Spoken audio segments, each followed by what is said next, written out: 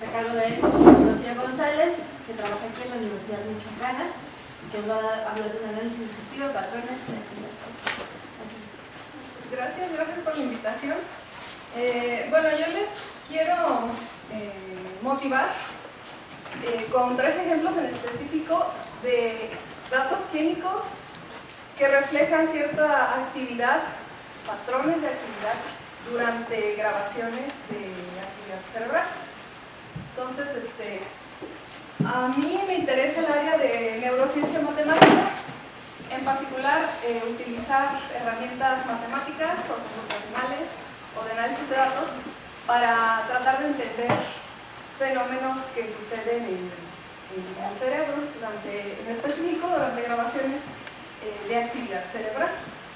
Entonces estamos tratando de entender esta maquinaria compleja que nos hace funcionar como seres pensantes, ¿no? Y pues también como simplemente como animales, ¿no? Que tenemos que movernos, comer y todo esto.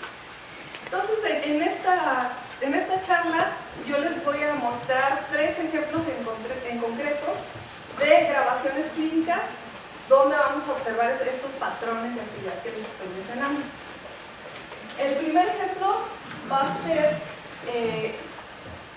qué es lo que sucede justo antes de la terminación de una crisis epiléptica. Y aquí nosotros vamos a estar observando ciertos patrones de tipo onda viajera. El segundo ejemplo que vamos a ver es de oscilaciones en bandas de frecuencias cerebrales, que ahorita les voy a decir qué es esto si no lo saben, durante tareas de percepción temporal. Entonces hay unos investigadores que están tratando de estudiar cómo es que el cerebro mide el tiempo. Entonces tenemos estos datos clínicos que muestran estas oscilaciones durante ciertas tareas de percepción temporal. Y la tercera parte, o el tercer ejemplo, estamos tratando de utilizar herramientas de topología algebraica para tratar de describir si existe una estructura, ya sea geométrica o aleatoria, en matrices de correlación neuronal durante tareas de percepción temporal. ¿Qué es esto? Pues tenemos experimentos en monos donde les ponen a hacer ciertas tareas para que midan el tiempo de alguna manera. Después uno saca matrices de correlación neuronal, entre las neuronas, cómo se están comunicando entre ellas, digamos, o sea, qué tan acopladas están. Y uno obtiene estas matrices de correlación neuronal. Entonces, utilizando algo que se llama topología de clique, uno intenta extraer estructuras de esta matriz para determinar el tipo de pues, relación, digamos, entre las neuronas durante estas tareas de percepción temporal. Entonces, estos son los 3 ejemplos en concretos que les voy a hablar. Les voy a hablar más desde el punto de vista de datos clínicos, de motivación para, como futuro, desarrollar modelos que describan lo que uno está observando. Entonces, por eso el título de la charla es Análisis descriptivo de patrones de actividad. Entonces, vamos a recordar ciertos conceptos básicos en neurociencia. Bueno, las neuronas son las células básicas del cerebro. Hay aproximadamente 100.000 millones de ellas, que se supone que es más que el número de estrellas en el universo. Entonces es una cantidad masiva de células que tenemos en nuestro cerebro. Se dividen de manera muy general en excitatorias e inhibitorias, dependiendo del efecto que una neurona tenga con la neurona que se está comunicando. Entonces aquí, dependiendo del efecto de J en I, sería J excitatoria o inhibitoria. Y vamos a decir de manera muy informal que se comunican las neuronas a través de sinapsis. Este tipo de sinapsis podrían ser químicas o eléctricas, pero simplemente vamos a decir que se está dando comunicación entre ellas sinápticamente. Y bueno, cada neurona tendría de 10.000 a 100.000 interacciones con otras neuronas. Entonces aquí nada más estamos representando 2 neuronas y hay cierta comunicación entre ellas. Entonces, lo que queremos es tratar de cuantificar la actividad de una neurona. Entonces aquí tenemos una neurona, tenemos el cuerpo de la neurona, tenemos esta estructura que viene de su cuerpo, que es el axón, y en el axón pues hay ciertos procesos que hacen que se comuniquen con otros neuronas. En la parte superior tenemos las dendritas, que sería algo como equivalente a las ramas del árbol, pues el cuerpo de la neurona sería como el tronco del árbol, y el axón sería como la raíz. Entonces lo que uno hace es colocar electrodos y medir lo que sería el potencial. Y lo que observa es el desarrollo de potenciales de acción, que son cambios muy abruptos de voltaje que vuelven a cierto potencial de reposo de alrededor de menos 70 milivolts, que es un estado estable de la neurona, o de reposo más bien. Entonces lo que uno tendría que estar estudiando en términos de neuronas individuales sería la distribución de estos potenciales de acción. Bueno, en términos de modelación, pues hay muchas opciones, ¿no? Uno puede hacer modelos de ecuaciones diferenciales ordinarias, de ecuaciones diferenciales parciales, está el modelo de Hodgkin-Tuxey, que es de los más tratados en neurociencia y matemática, que está desarrollado en base de una neurona con axón largo de Calamar, y una simplificación que es el modelo de Fitzgerald-Humo. Hay modelos de poblaciones como de Wilson-Cohen, modelos de campo medio, y hay muchísimos tipos de modelos, ¿no? Estadísticos, probabilísticos. Entonces hay muchas opciones en términos de trabajo riguroso, formal, en modelos en neurociencia matemática.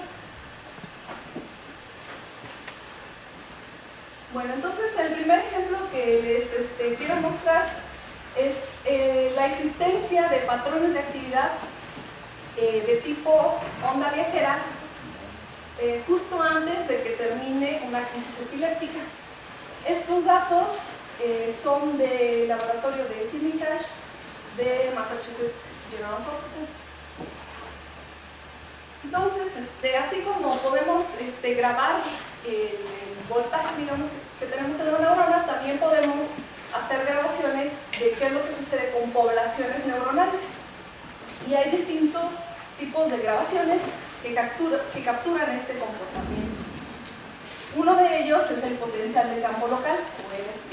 Hay algunos neurocientíficos que realmente les agrada la información que les está dando el LFP, y hay otros que no les gustan, ¿no? Como que no es claro lo que está diciendo, lo que está midiendo el LFP.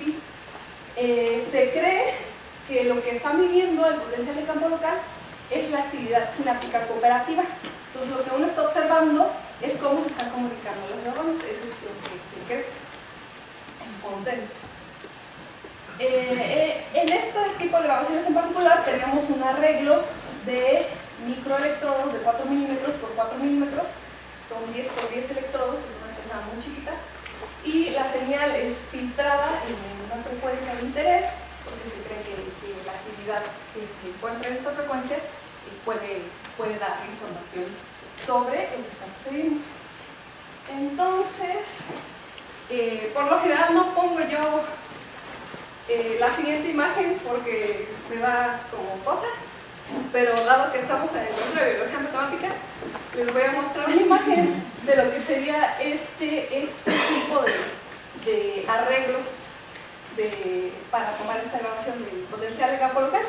Les advierto que está asquerosa, entonces si les da asco la sangre y todo eso, mejor volteen hacia otro lado, como yo lo voy a hacer. Entonces ahí está el arreglo bueno, ahí la están viendo de electrodos, y ahí está un pedazo de cerebro. Ya. Entonces este tipo de grabación es una grabación in vivo, o sea, eso le está sucediendo a una persona, por lo cual es muy difícil acceder a ese tipo de datos, dado que no todo el mundo está dispuesto a dejar que le abran su cabeza y le pongan arreglos de electrodos. Entonces, por eso es tan importante, ya que se tienen estos datos, pues tratar de describirlo lo más que pueda, lo más que se pueda, y si es posible, modelar lo que uno está observando. Entonces, en vez de mostrarles la imagen asquerosa de hace un momento, les muestro aquí cómo es que uno observa esa información. Entonces, aquí tenemos los arreglos de 10 por 10 electrodos y, bueno, ahí después de haber sido filtrados, son como estandarizados, y lo que uno puede pensar es que la actividad roja que está aquí es como alta actividad. Entonces, en estos puntos hay alta actividad, alta comunicación, alta actividad sináptica. Entonces, aquí son tomas de tiempo durante con cierta diferencia de milisegundos, y uno observa cómo entra por la parte inferior derecha una onda de alta actividad sináptica y se propaga a través del arreglo para posteriormente salir. Entonces, esto es algo muy característico de qué es lo que sucede justo antes de la terminación del ataque epiléptico. Entonces, si uno observa las grabaciones, uno ve todo tipo de ondas con diferentes velocidades que se mueven en diferentes direcciones, y es característico, de nuevo lo repito, dado su importancia, de justo antes de que termine la crisis epiléptica. Entonces, lo que intentamos hacer con esto fue un análisis descriptivo de las características de las ondas. Posteriormente trabajamos en un modelo matemático, pero no vamos a hablar de eso por el momento, sino vamos a hablar del análisis descriptivo. Entonces, los datos que tenemos están, como ya les mencioné, cerca de la terminación del ataque, cuando la actividad tiende a ser más organizada. Entonces, este tipo de patrones no se observan, digamos, antes de eso. Entonces, en este caso teníamos datos de 3 pacientes humanos, son 8 ataques en total, y observamos patrones de tipo onda viajera que parecían moverse en una dimensión a través del arreglo. Entonces, esto fue el análisis visual, ¿no? Las ondas parece que se mueven en una dimensión, pero pues eso no es suficiente, ¿no? Entonces, lo que hicimos fue hacer distintos tipos de algoritmos para tratar de hacer un análisis descriptivo más formal. Entonces, una de las cosas que hicimos fue convencernos de que sí se movían en una dimensión, haciendo un análisis de la distribución de ángulos que obteníamos al pensar en un campo vectorial en el arreglo. Entonces, le asignamos ciertas flechas con ciertos pesos, y con estas flechas pesadas sacamos distribuciones de ángulos. Y al observar las distribuciones de ángulos, vimos que eran aproximadamente bimodales, lo cual nos indicaba que había una flecha que indicaba de dónde iba surgiendo la onda, pasaba la onda, y después había otra flecha que nos indicaba 180 grados de diferencia, que nos indicaba por dónde iba saliendo la onda. Entonces, con este tipo de análisis, uno decía, bueno, pues ahora parece un poco más claro que las ondas sí están moviéndose en una dimensión. ¿Cómo le asignan los pesos, perdón? Bueno, más bien la asignación de los pesos fue para poner la distribución de ángulos. Dependiendo de qué tan larga era la flecha, se pesó el ángulo. Y la dirección ahí, el vector, cada una de esas flechas como... Es como nada más la diferencia entre los... que se va a ver bien. Y de hecho se consideraron diferencias para un lado, para el otro, y después se utilizan.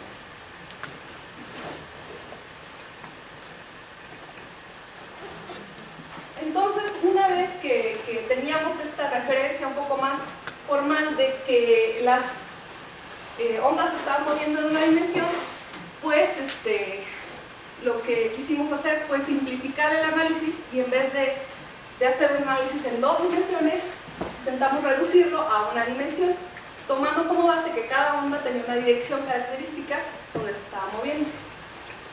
Entonces se escribieron distintos algoritmos para hacer este análisis. Se escribió un algoritmo para determinar o estimar el intervalo de tiempo para la propagación de cada onda, haciendo un análisis de la distribución de ángulos del campo vectorial asignado. se determinó o se estimó la dirección de propagación de cada onda.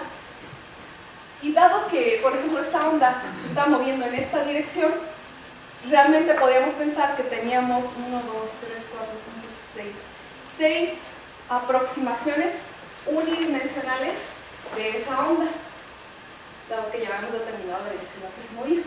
Entonces lo que hicimos fue, en vez de analizar esta onda en 2 dimensiones que se mueve en una dimensión, fue analizar las distintas aproximaciones unidimensionales de una onda. Entonces redujimos el análisis a una dimensión. Entonces para visualizar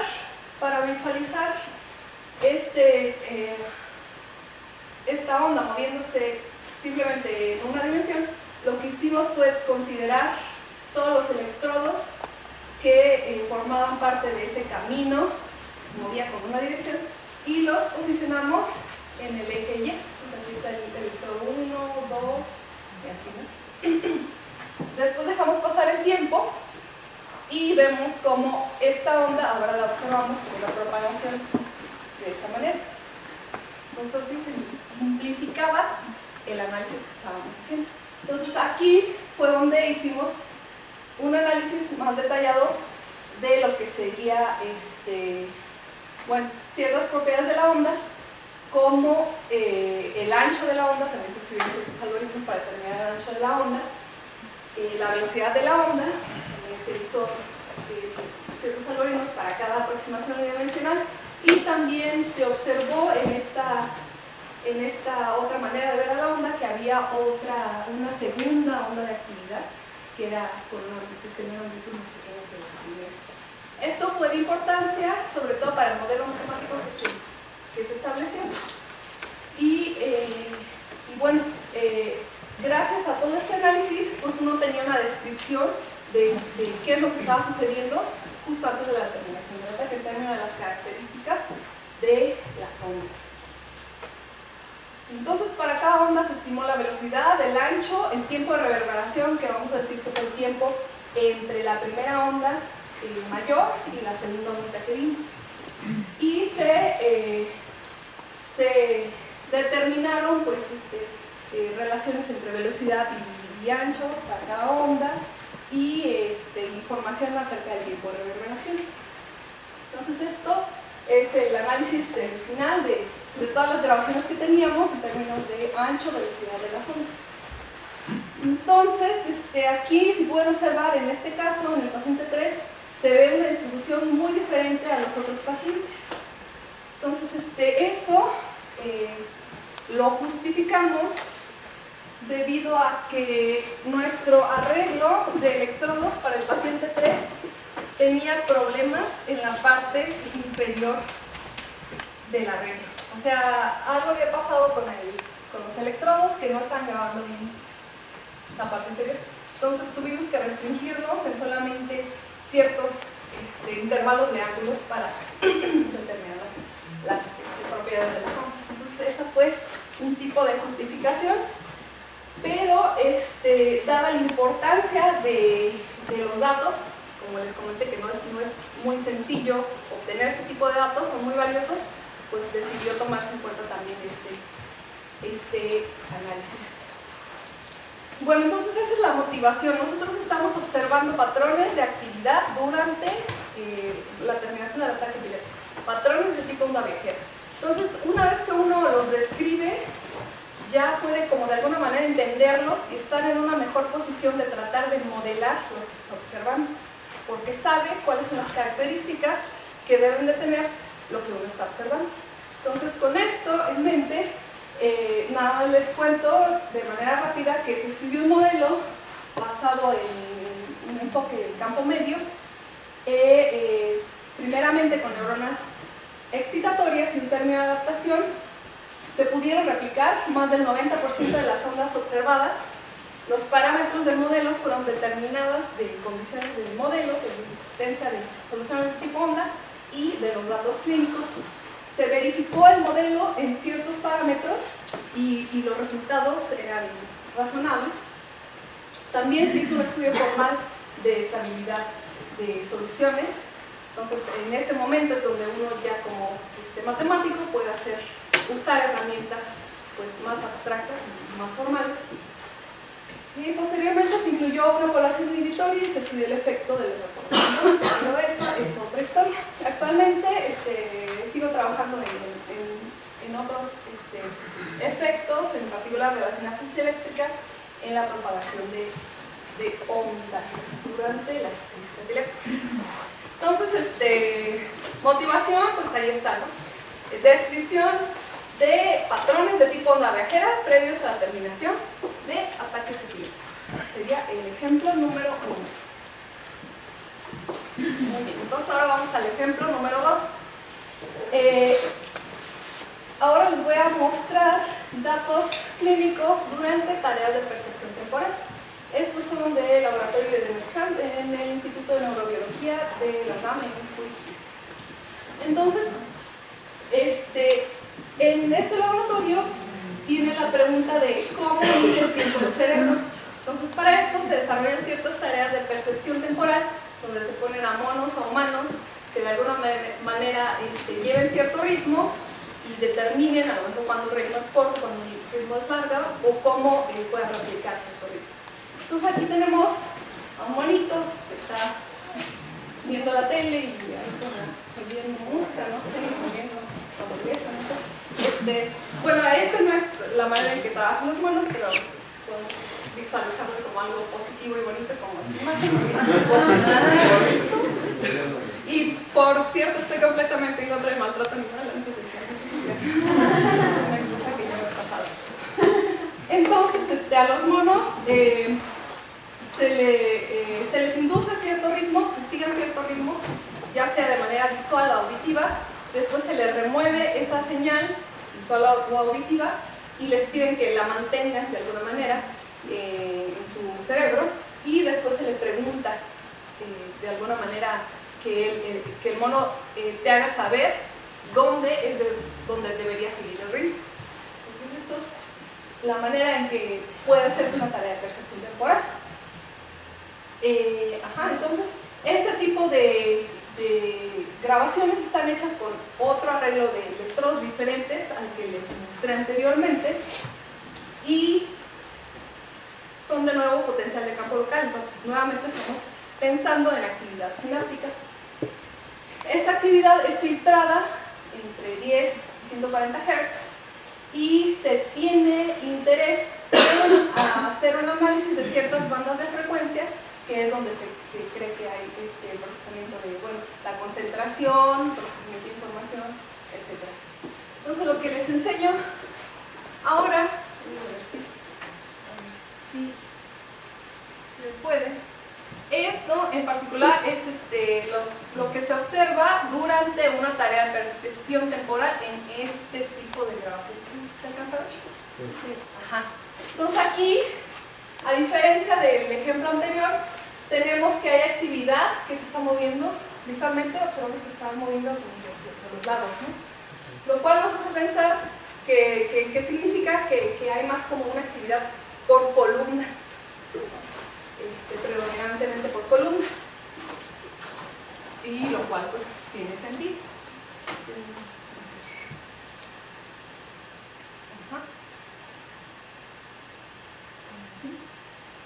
Entonces,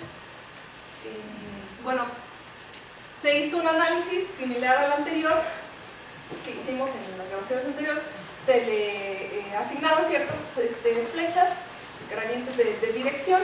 Se hizo un análisis de la distribución de los ángulos y se obtuvo que, aquí vemos que predominantemente tenemos dirección en 0 y en 180 grados, o sea que los patrones se están dando de un lado a otro.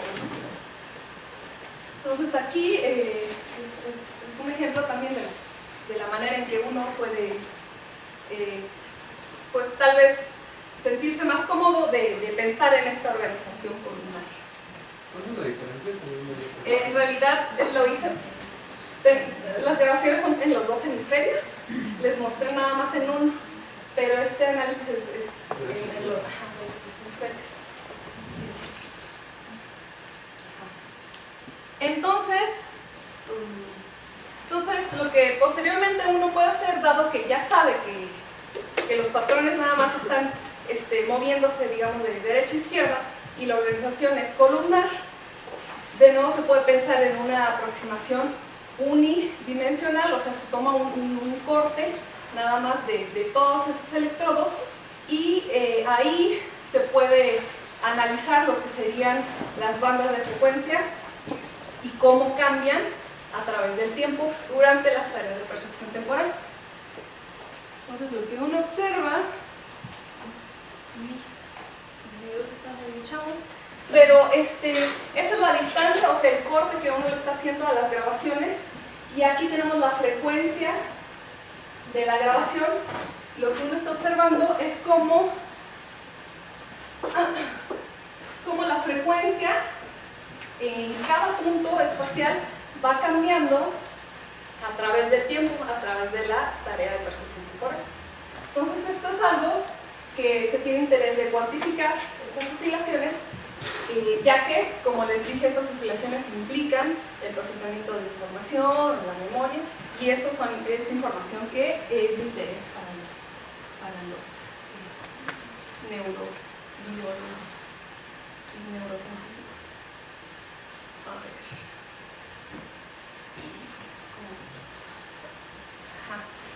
Entonces, en este caso, pues uno de nuevo está observando esos patrones de actividad, ¿no? Ya sea en la actividad del LFP o estas oscilaciones en las bandas de frecuencia. Entonces, tenemos otro ejemplo similar en un aspecto y en otro aspecto diferente al ejemplo de los patrones de onda viajera durante epilepsia, ¿no?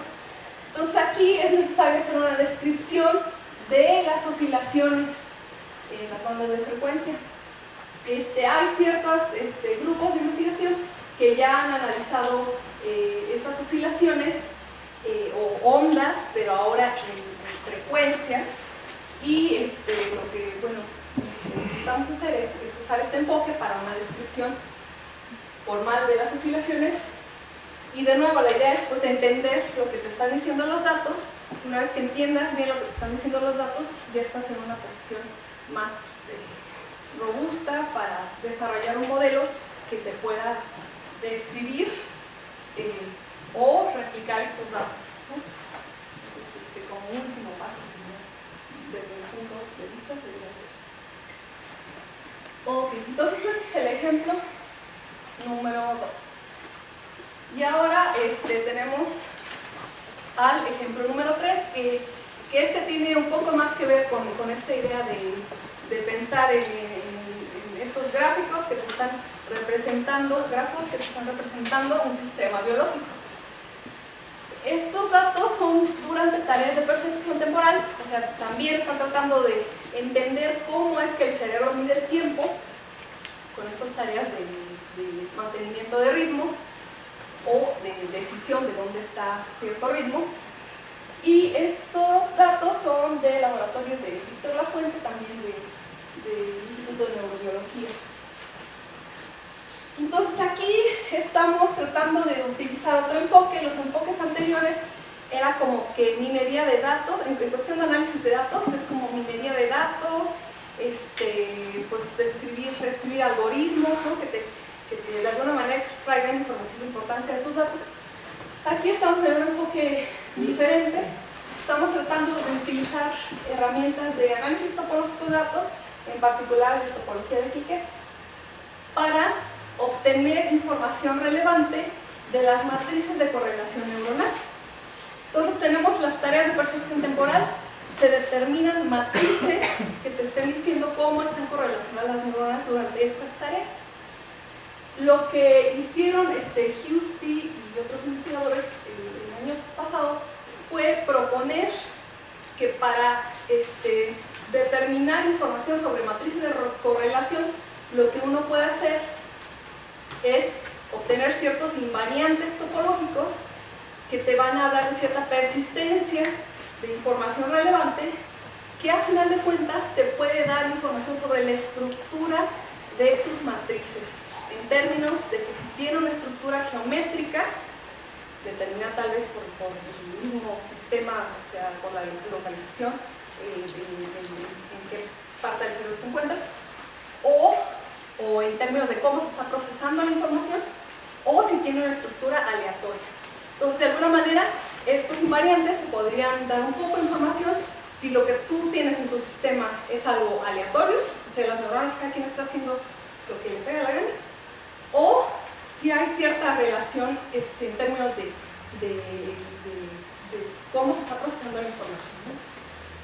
Esto, ellos lo probaron con distintas tareas, en particular lo probaron con estas neuronas que se llaman de place cells, de detección de lugar, no sé cómo espacial, ajá, que se supone que tienen más potenciales de acción cuando la rata se encuentra o el animal se encuentra en cierto lugar en específico, tienen predilección por tener más actividad durante cuando el animal se encuentra en cierta posición específica. Entonces, de alguna manera, uno esperaría que la información o la relación entre estas neuronas sea una relación geométrica, que la correlación vaya disminuyendo conforme se van alejando de cierta posición. Entonces, ellos lo probaron en esta tarea y sí pudieron determinar una estructura geométrica en sus matrices de correlación, y también lo determinaron en datos del sistema olfatorio, me parece, de la mosca, y ahí detectaron una estructura random, ¿no? Las neuronas del sistema.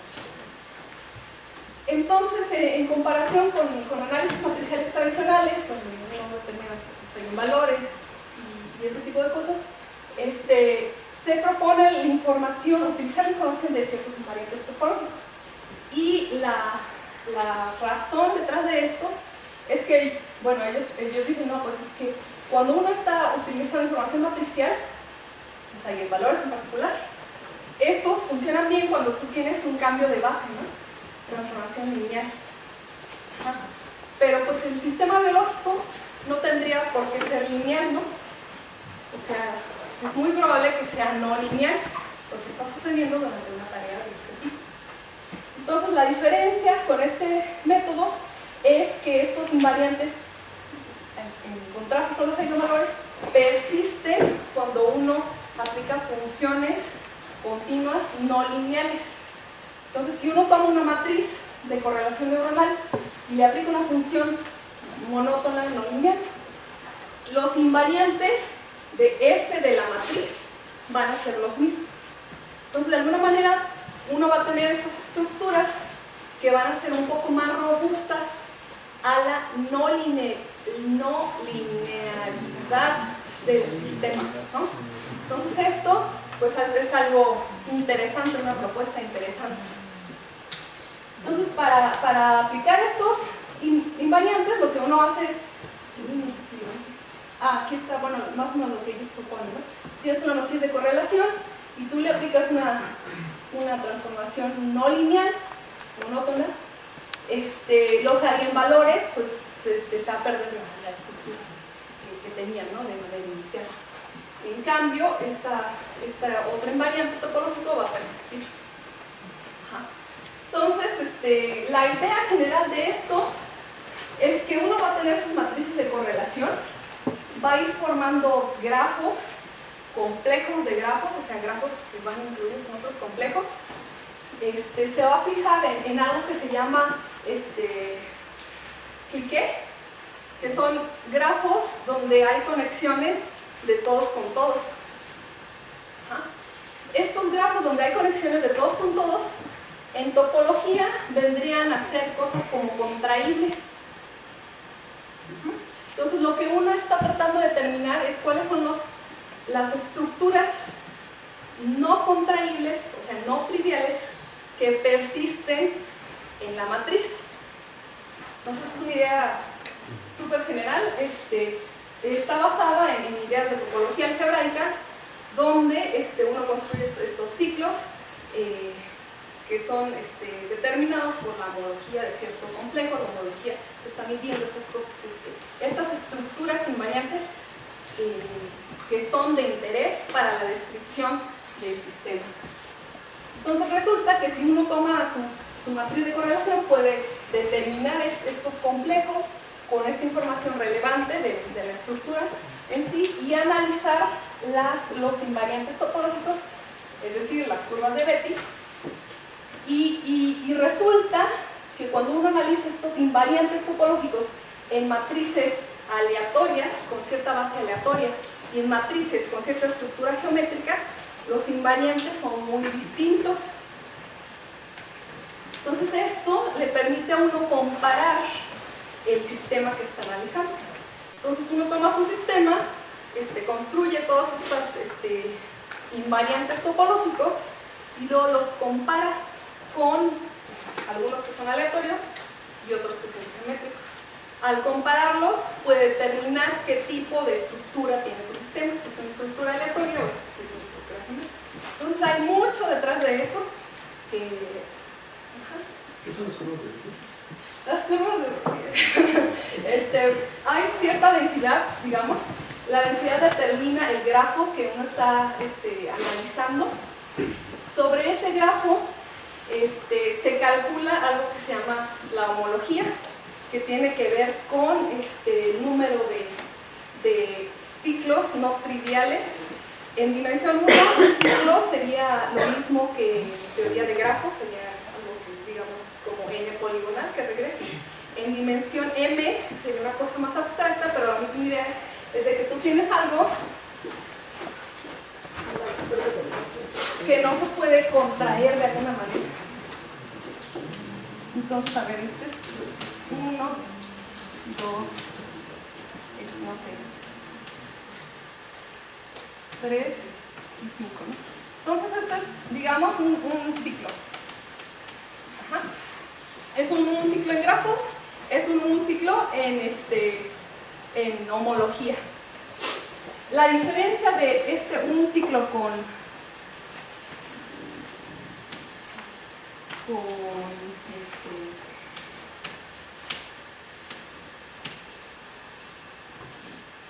con este clique es que de alguna manera, como este clique está todo conectado en topología, es como pensar que se contrae, pero un ciclo no se puede contraer porque aquí tiene un hoyo. Aquí hay un hoyo. Entonces lo que está haciendo la homología es detectar estos ciclos que de alguna manera no pueden contraerse. Eso es en una dimensión. Podemos subir de dimensiones. Entonces podemos pensar un 2 ciclo, en vez de ser una cosa así, sería sería como un tetraedro, no sé. Ajá.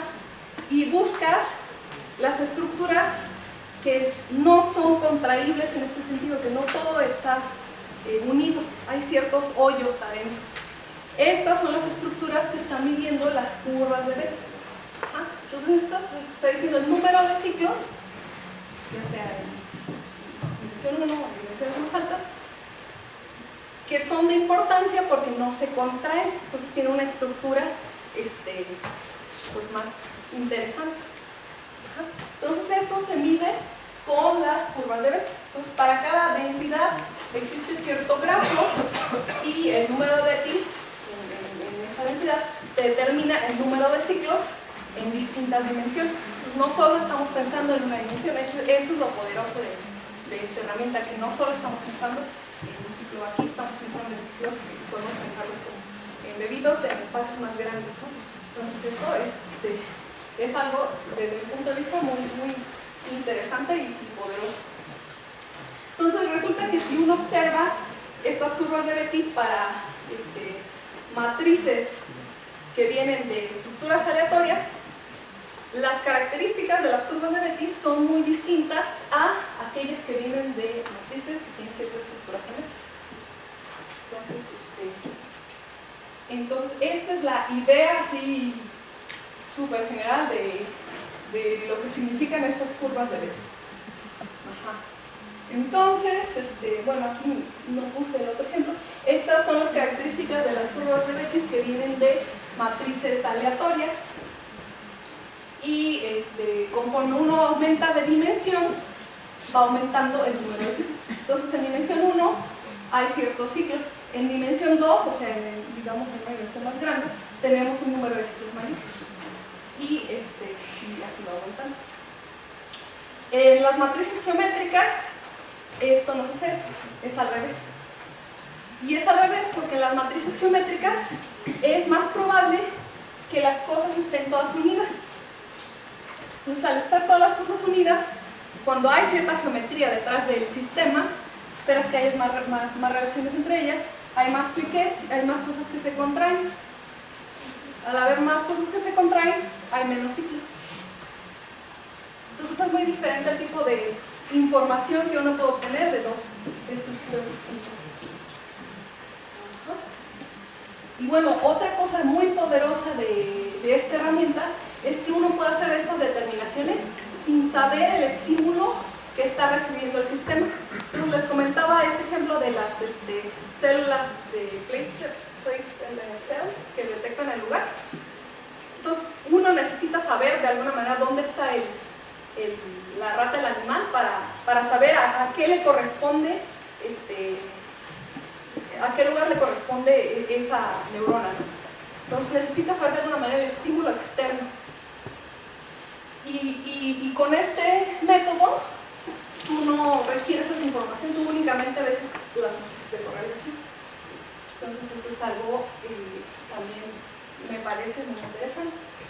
Entonces, con esta idea de análisis topológico de datos, lo que hice aquí fue determinar las curvas de Betti, que quedaron muy puntiagudas y muy fijas, de una tarea de percepción temporal. ¿Sí? Sí, y la parte de arriba, la parte superior, tenemos las curvas de Betti, beta 1, beta 2, beta 3, o sea, los 1 ciclos, los 2 ciclos, los 3 ciclos, durante una tarea de percepción temporal.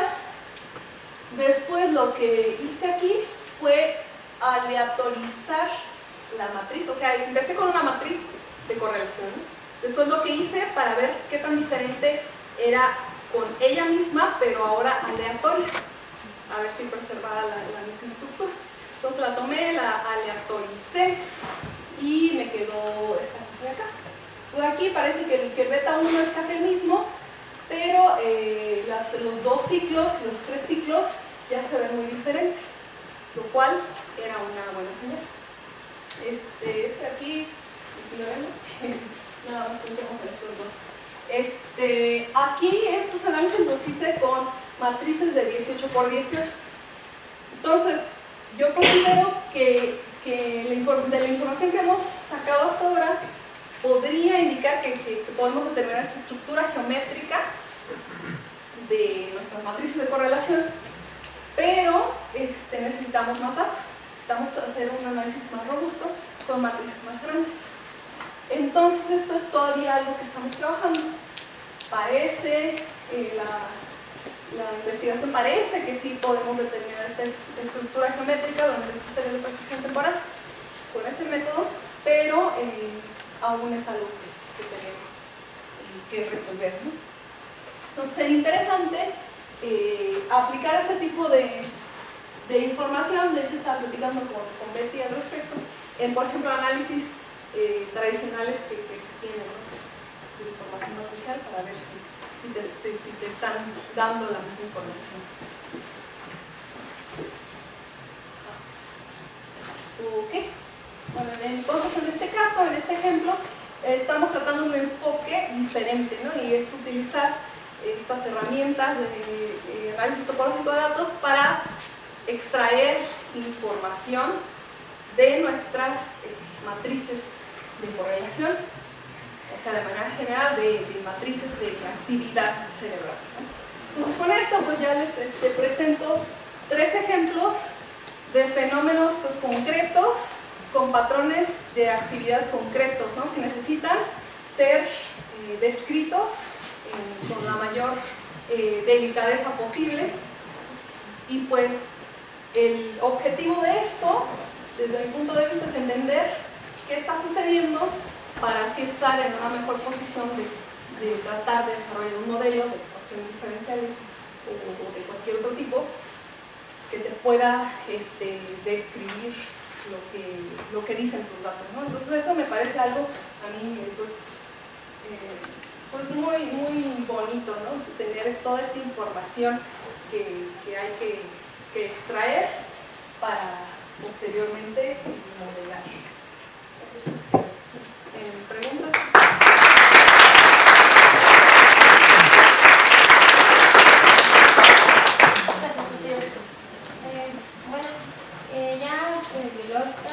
Fisiológicamente, ¿en qué está relacionada la actividad neuronal en los patrones de percepción temporal, sea geométrica o aleatoria? ¿Qué podría estar significando? ¿Qué podría estar significando? No, pues no sé qué podría estar significando, pero me parece que es de interés. Por lo mismo de que, bueno, de lo que yo sé es que este laboratorio de la fuente tiene una descripción muy grande de actividad individual y actividad colectiva durante tareas de percepción temporal. Y hay muchas cosas que todavía no entienden. Por ejemplo, cuando se realizan estas tareas de percepción temporal, a veces se les pone al mono que sigue un ritmo, siguiendo una pantallita, que aparece una bolita a la izquierda, luego a la derecha, izquierda, derecha.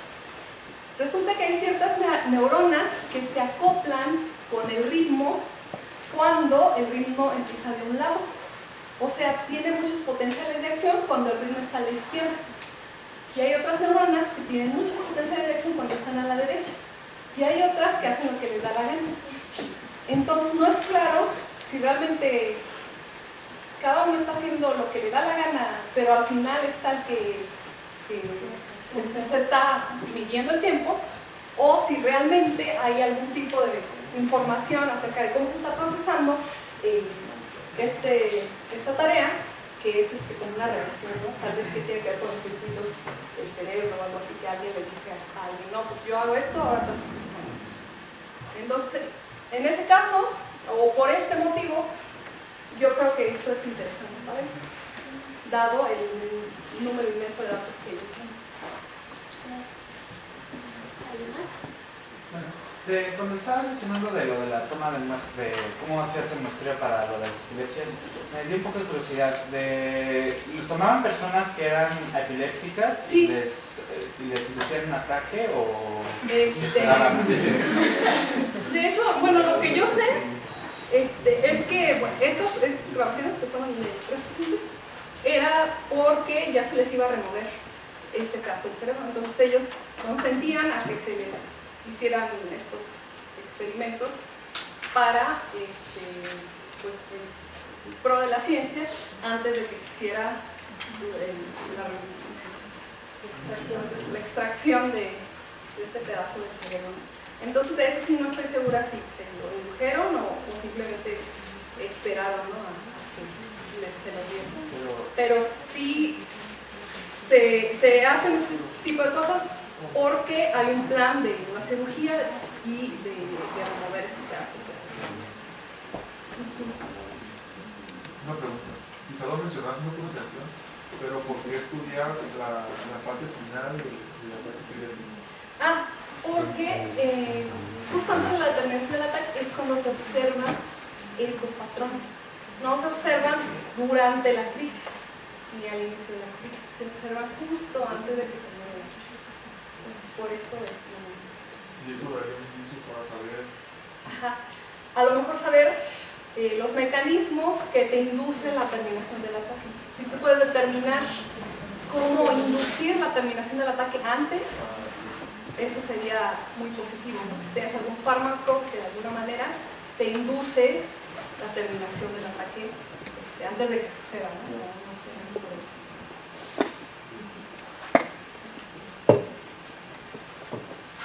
Pero un icono concluye que es una onda viajera a partir de la distribución de direcciones. Entonces, si tienes una distribución modal, pues sabes que es una onda, pero que viaje, ¿cómo puedes decir por ahí? A partir de una distribución de los ángulos, sabes que es una onda, pero que es una onda estacionaria. No, porque tenemos la información. O sea, con la distribución de los ángulos únicamente determinamos las direcciones, digamos. Pero tenemos todos los datos de cómo se está dando la distribución, cómo se está moviéndose la onda. Si se mueve la onda, la distribución es invariante. Sí, pero tenemos algoritmos que tienen ciertos umbrales de actividad que determinan cuándo una actividad es suficientemente alta, espacialmente, temporalmente, y después se determina cuándo la actividad vuelve a bajar espacialmente. Entonces, o sea, no fue el único algoritmo que se escribió muchos algoritmos para determinar las propiedades, en este caso, de la onda. No sé si la onda no se moviera, no podríamos detectar el ancho de la onda ni la velocidad de la onda con los algoritmos que nosotros tenemos, aparte del análisis visual. Ajá. Pero sí hay bastantes algoritmos detrás de esto, en términos de análisis de datos. Bueno.